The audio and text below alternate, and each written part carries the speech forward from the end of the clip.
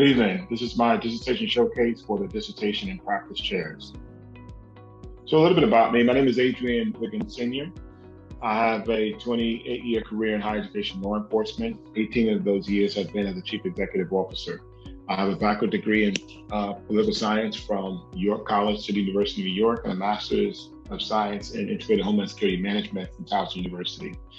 So, in looking at my planned research, after the publishing of the Presidential Task Force on Policing report in 2015, following the death of teenager Michael Brown at the hands of a Ferguson police officer, police agencies in the United States put an increased emphasis on building relationships with communities through a myriad of tactics, including de-escalation and alternative to arrest practices, or sometimes called procedural justice. The report came out with 5 pillars. I won't get into the 5 pillars, but certainly I am interested in training and education, as well as policy and oversight of police officers. So my main question around this topic is, does de-escalation training work? I want to take a systematic review at the call for change in police use of force reform.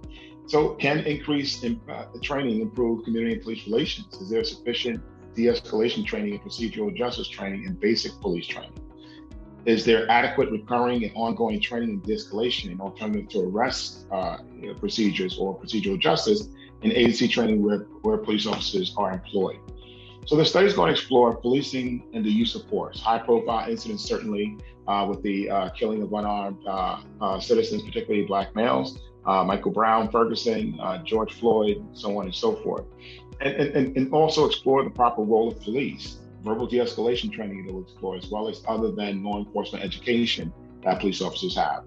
I wanted to look at the problem of practice through the lens of transformation leadership. I won't get very much into it, but it's really aspirational as I see it, individualized considerations for leaders serving as mentors. That's aspirational a lot of times. It doesn't necessarily happen, in my opinion. Intellectual stimulation as well as inspirational motivation.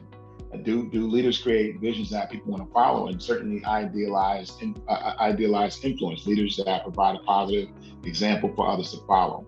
My research design, I desire to do a convergent mixed methods, and the purpose of this study is to explore the attitudes towards and the emphasis on the prioritization of verbal de-escalation and procedural justice and police training among police officers working in Atlantic County, New Jersey, and whether the type, intensity, and frequency of training are efficacious.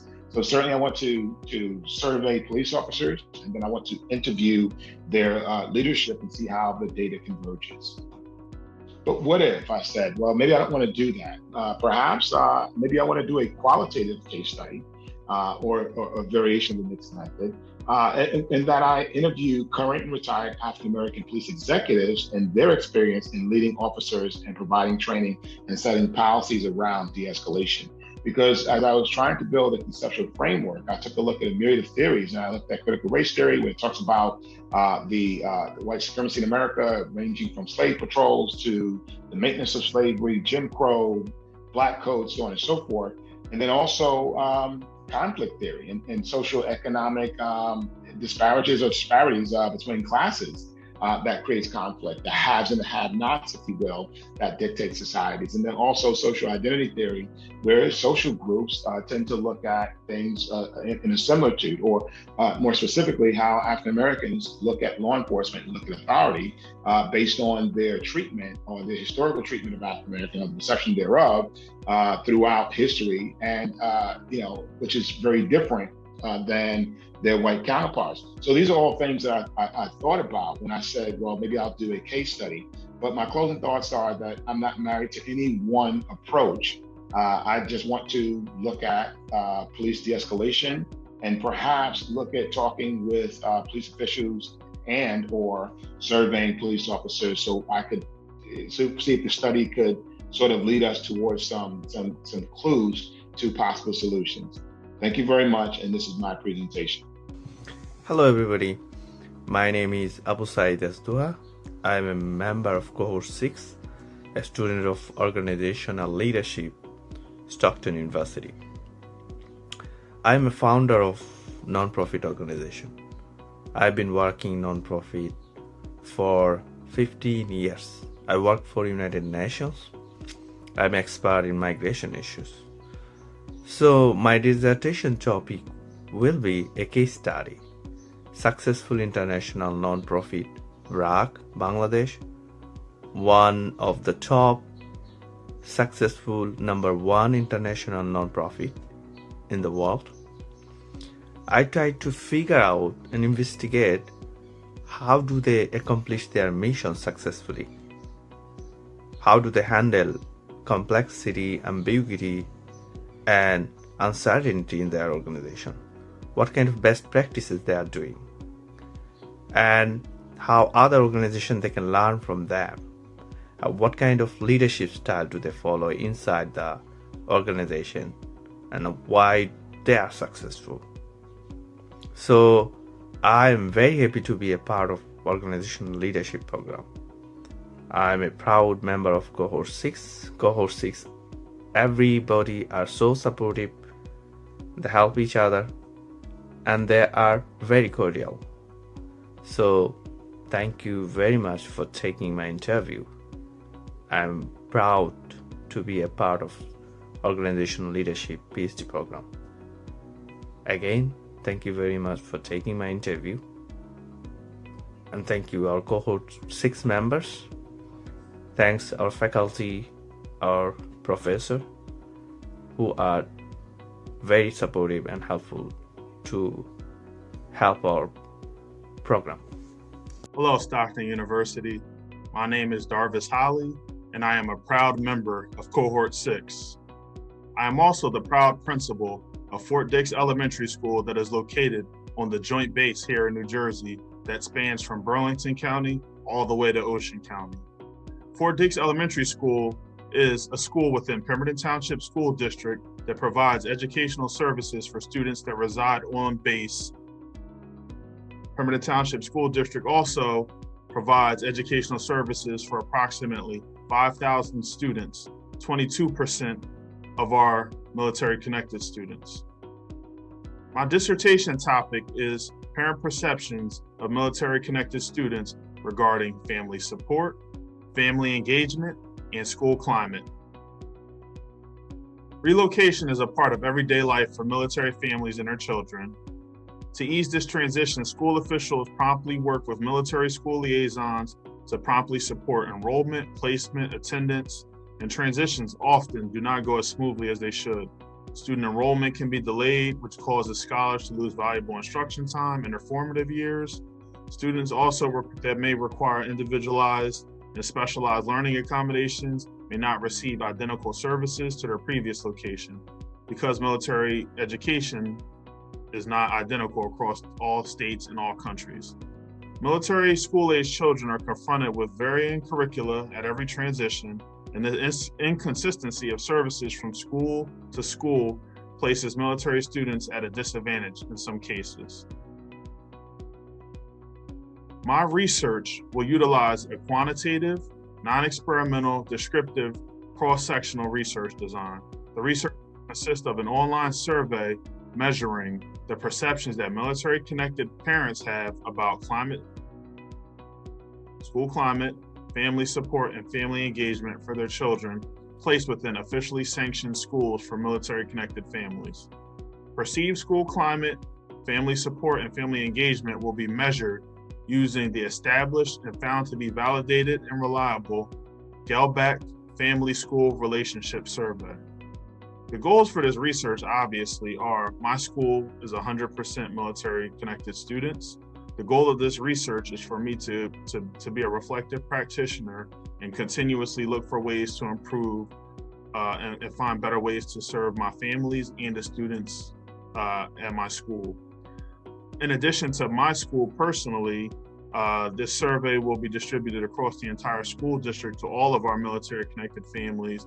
And my goal is to also not only improve things at my school, but also work with my superintendent, my school board, and my district leadership to improve the educational services afforded to all of our military-connected students within the Pemberton Township School District.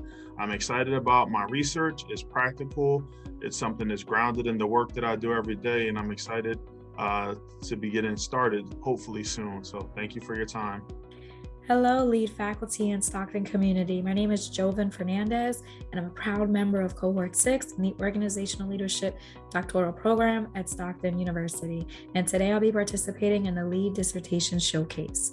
So before we dive into my topic, I want to help you learn a little bit more about who is future Dr. Fernandez. I currently work at Rutgers University Camden for the Rutgers Future Scholars Program, which is a college access program that serves Camden City youth. I work closely with high school juniors and seniors in providing college access and readiness. And I also work with first-year undergraduate students at the university. In addition to my role at Rutgers, I also work as a graduate assistant for the Graduate Studies Department alongside of Dr. Gray. And I also had the privilege this year to serve on the executive board for the Organizational Leaders in Action, also known as OLA student group that is connected to the doctoral program. So I want to start with the end in mind and help you understand why I've chosen the topic that I did. When this is all said and done and I become Dr. Fernandez, I would love to create a youth leadership development curriculum that helps young people exceed, hence the name HYPE. This curriculum will help students really gain hands-on experience with leadership development. It is a curriculum that will target high schools, youth-serving organizations, and youth ministries. So my dissertation topic will entail a content analysis of youth leadership development curriculums and really examining whether or not future leaders are being properly developed. So for my problem of practice, I want to illustrate this problem through an example. Think about a surgeon, a pilot, or a chef. With all these positions, the foundation of knowledge and transmission of knowledge is not enough. Rather, there needs to be an emphasis on the transmission of skills for all three of these positions to be effective in their roles. A surgeon cannot become a surgeon if they haven't gone through a residency and haven't experienced what it's like to actually operate on someone. Furthermore, similar to a chef, they cannot call themselves a chef or even a good chef if they've never cut, chopped, peeled, sauteed, fried anything, because just learning how to cook is not the same as actually cooking. Therefore, my problem of practice really is the transmission of knowledge and not so much a transmission of skills with a lot of youth leadership development curricula that exist. So the purpose really is just to examine a variety of curricula and look for the theory to practice gap. As for the significance, this study really is going to aim to serve as a guide for those such as myself looking to create a leadership development curricula that will focus more on the transmission of skills and hands-on application. So these right here are my research questions. I'm really just looking to see what factors are most included in youth development curricula that exists, what ways facilitators are teaching those factors within the curriculum, and more importantly, what are the outcomes that are being produced for those who undergo the youth development curriculum. This will be a qualitative study, and what makes it unique is there will be no particular research site, there will be no particular people that I will be interviewing, which is probably a good thing because I have a very expressive face and I would not want that to jeopardize my findings or the way that my participants would respond. So rather, I'm going to analyze content and go through the qualitative research process with theming, coding, coming up with assumptions, and then interpretations of what the data suggests. For my theoretical framework, this is where I'm looking forward to working with a dip chair to help narrow this down a bit. I know that I want to focus on two different lenses. One is Erickson's psychosocial human development, because it's important to understand where teens are in their development process. So in particular, I'll focus on stage 5, which is identity of the teenagers. And then I'd love to couple it with one of these learning theories, understanding that there is no one size fits all with learning. Instead, we have to be mindful of the different ways that our students learn. So I intend on coupling two of these theories together. For my conceptual framework, I've adapted the 5 C's of positive youth development. But I've added resilience, which I believe is a key ingredient to helping anyone succeed in life, in leadership. So I will be looking at this through a resilience lens, in addition to all the other 5 that you see listed on the screen that I believe ultimately lead to positive youth development. So here's just more of a breakdown of the 5 C's. And with resilience in particular, while some curricula may not say the word resilience, I recognize that these other words could mean resilient. So I'll be looking for those words as well in my coding and theming. And lastly, I will need to strengthen my own resilience muscle to really make it through this program to the finish line so that I can be done and become Dr. Fernandez and bring my vision to life, which is hype. So thank you, and I look forward to working with my DIP chair in the near future. Hi, my name is Kristen Wyrick. My current position is I am an 8th grade ELA teacher in an inner city middle school in Middlesex County, New Jersey. I have my BA from Stockton in education, and my cert is elementary education K-8. Then I have my master's from Stockton, which is education and sidetrack of curriculum instruction and assessment. And now I am on my journey for my doctorate through Stockton. My planned dissertation topic is teacher burnout and stress in a high-needs school district with lack of support in our district. I'm planning on going with a theoretical concept or theoretical framework of job demand resources theory and try to launch my study based on that theory. My problem of practice is self-care and administrative support for teachers. So with teaching for 20 years, I've watched staff members, teachers feel overworked, overloaded, whether they're veteran teachers or new teachers. Either way, some people are struggling or some are struggling. There is nothing in place for new teachers to help them move along or stay, causing them to be completely stressed and leave the district after 1 or 2 or 3 years before they are considered tenure, or they just struggle in general and are not asked to stay because there's no support to help them move along.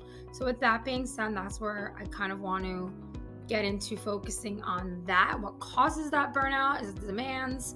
Is it the lack of support? And what self-care strategies can be used for teachers to help reduce those anxieties and burnout and stress that teachers are feeling. So I'm kind of going in 2 different directions. I am at the very, very beginning of my dissertation. I am still researching. I'm still trying to put together what needs to be done for each class. So because I'm at the beginning, it's a little difficult for me putting it together because I'm not ready yet, even though I know I need to be.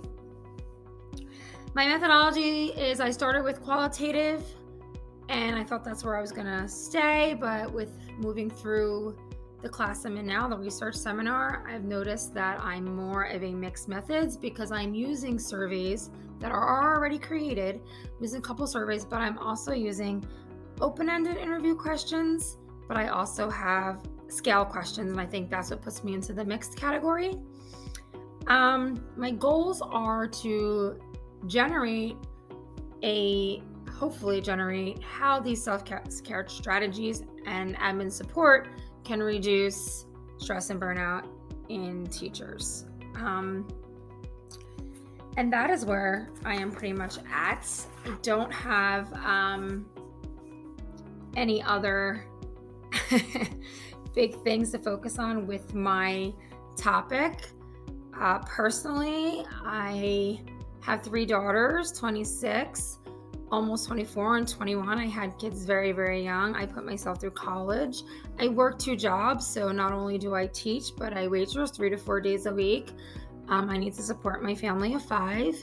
So sometimes it is a little difficult and stressful for me alone doing my grad school work, but I do in the end get it done. Sometimes I wish it was a little better than it was, but I do that the best that I can. Anyway, this is me being myself.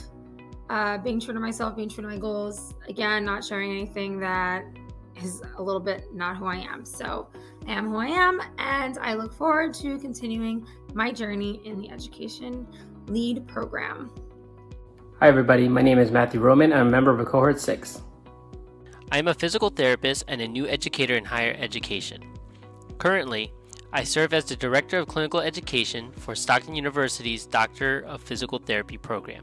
My planned dissertation topic is titled, The State of Clinical Instructor Education in Entry-Level Doctor of Physical Therapy Programs, a national survey.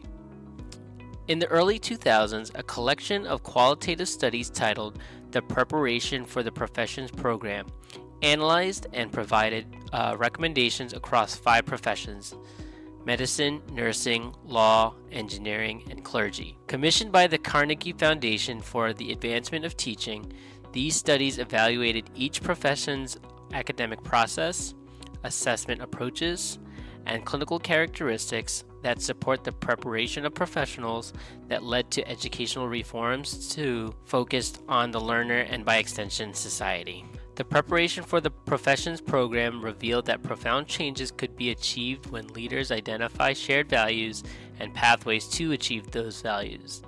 In 2017, a similar Carnegie-type study, like the preparations for the professions program, was conducted for physical therapy in the United States, called the National Study of Excellence and Innovation in Physical Therapy Education.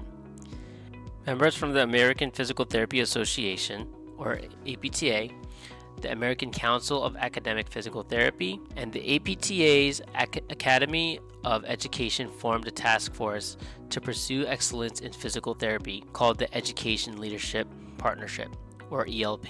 The ELP adopted recommendations from the National Study of Excellence and Innovation in Physical Therapy Education to draft a shared vision statement and a call for education reform to reflect the achievement of excellence in physical therapy education. In 2021, Bilyeu, Myers, and Sharp identified a gap between exemplary teaching and communication behaviors and standardized methods to assess those behaviors in physical therapy clinical instructors.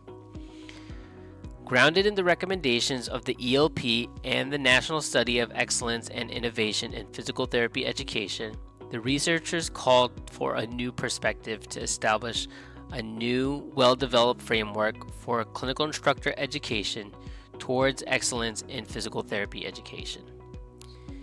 The researchers called to set a minimum competency standards related to contemporary evidence-based education principles so that clinical instructors can progress, self-assess, and provide professional development programs to associate with the knowledge, skills, and attitudes related to exemplary teaching and communication behaviors. So, moving on to the problem of practice. A thorough literature review has revealed a gap in the evidence regarding the current state of clinical instructor education in physical therapy entry-level programs.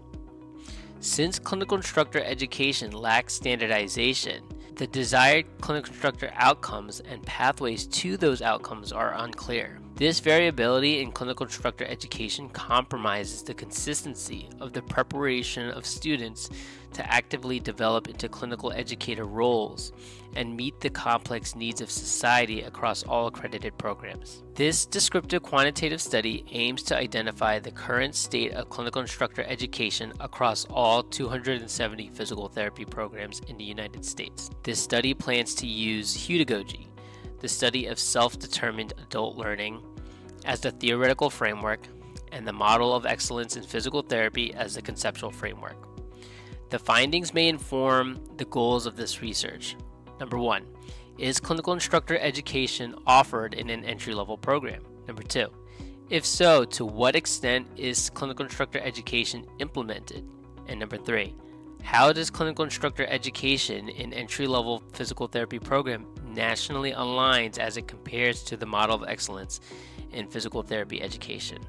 The findings may reveal what entry-level physical therapy programs are currently doing and identify differences between current practice and the emerging clinical instructor competencies towards excellence in physical therapy practice. Findings may also identify areas to develop further and new targeted professional development programs to meet the conceptual framework needs. And lastly, summative results of clinical instructor education on a national level can inform Bilyeu, Sharp, and Myers' call for identifying clinical instructor competencies in physical therapy education. Hi, my name is Sarah Taylor-Deek. I am currently the GIS Specialist Team Leader for Atlantic County Government. I've been working for them for 19 years, and I've been the team leader for almost 2. That's been a learning process in and among itself. My planned dissertation topic is parental stress of parents of autistic children during the COVID-19 pandemic. My problem of practice can be summarized or discussed thusly. Autism can no longer be considered a rare occurrence in the U.S. population. According to the Centers for Disease Control in 2018, 1 in 44 children was diagnosed with autism.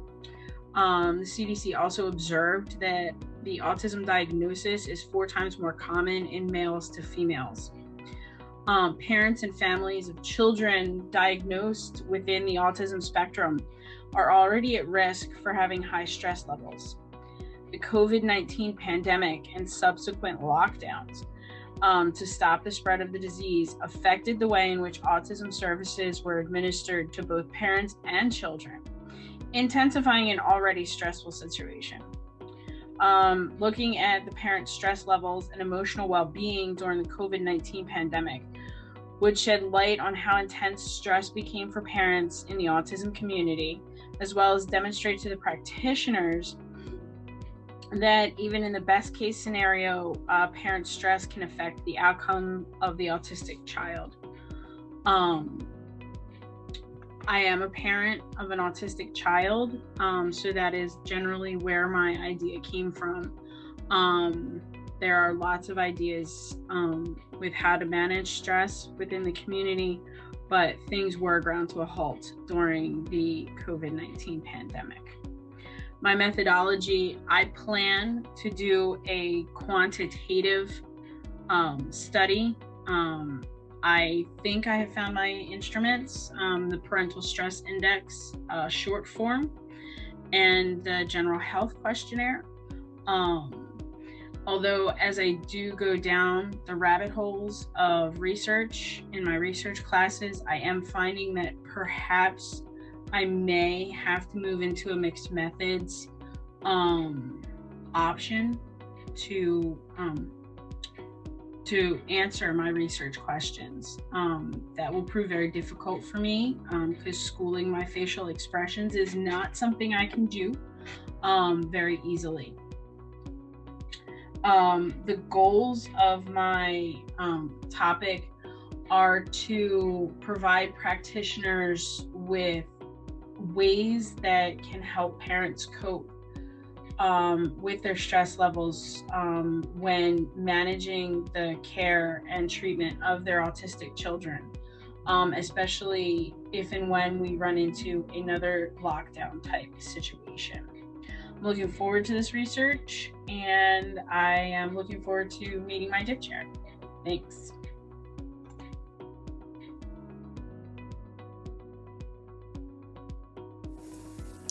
Greetings, Stockton family. My name is Sherry Richardson. I'm a member of Cohort 6 in the Educational Leadership Program. I began this journey in the fall of 2020 and should be finishing somewhere around fall of 2023. I consider my dissertation topic somewhat like a child for a few reasons. First, many people say that parents don't choose their children choose them, and that's the way I feel about my topic. I did not choose it, but I feel that it chose me. Second, I'm responsible for the birth of this idea, the growth and development of this idea, and once it matures, I'm responsible for its release into the world. And then the last reason is it'll be my legacy. It will live on long after I'm gone. And so I ask that you join me over the next few minutes as I discuss the life cycle of my baby, Males Achieving Despite Adversity, a qualitative research study on the academic success of struggling males of color in urban high schools.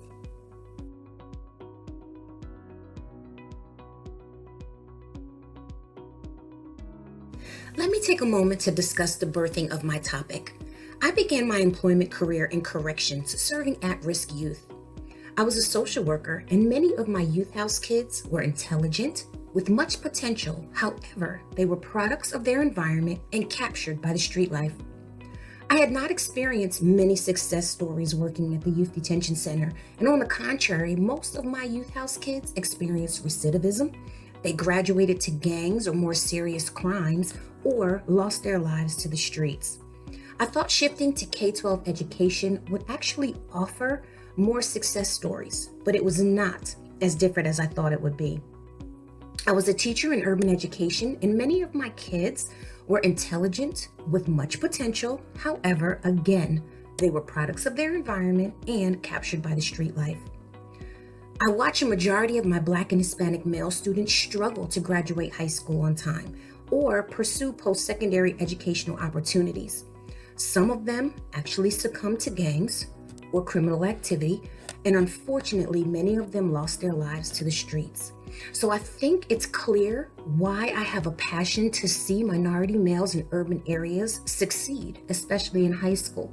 And I'm birthing this particular idea or research because I personally want to see more success stories.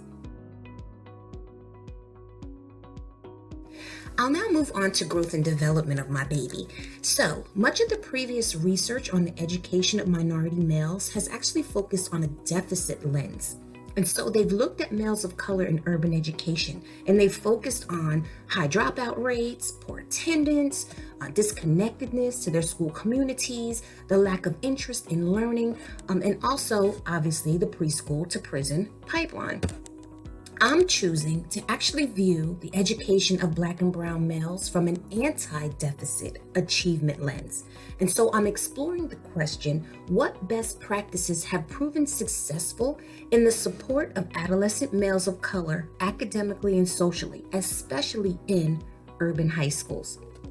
My qualitative narrative study is designed to capture the stories of males of color in urban high schools who struggled. I want to look at those who've struggled, but graduated on time within that 4-year allotment.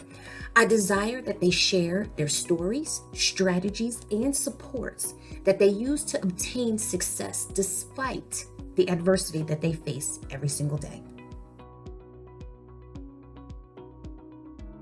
As I close out my video, I'm going to discuss the releasing of my child into the world.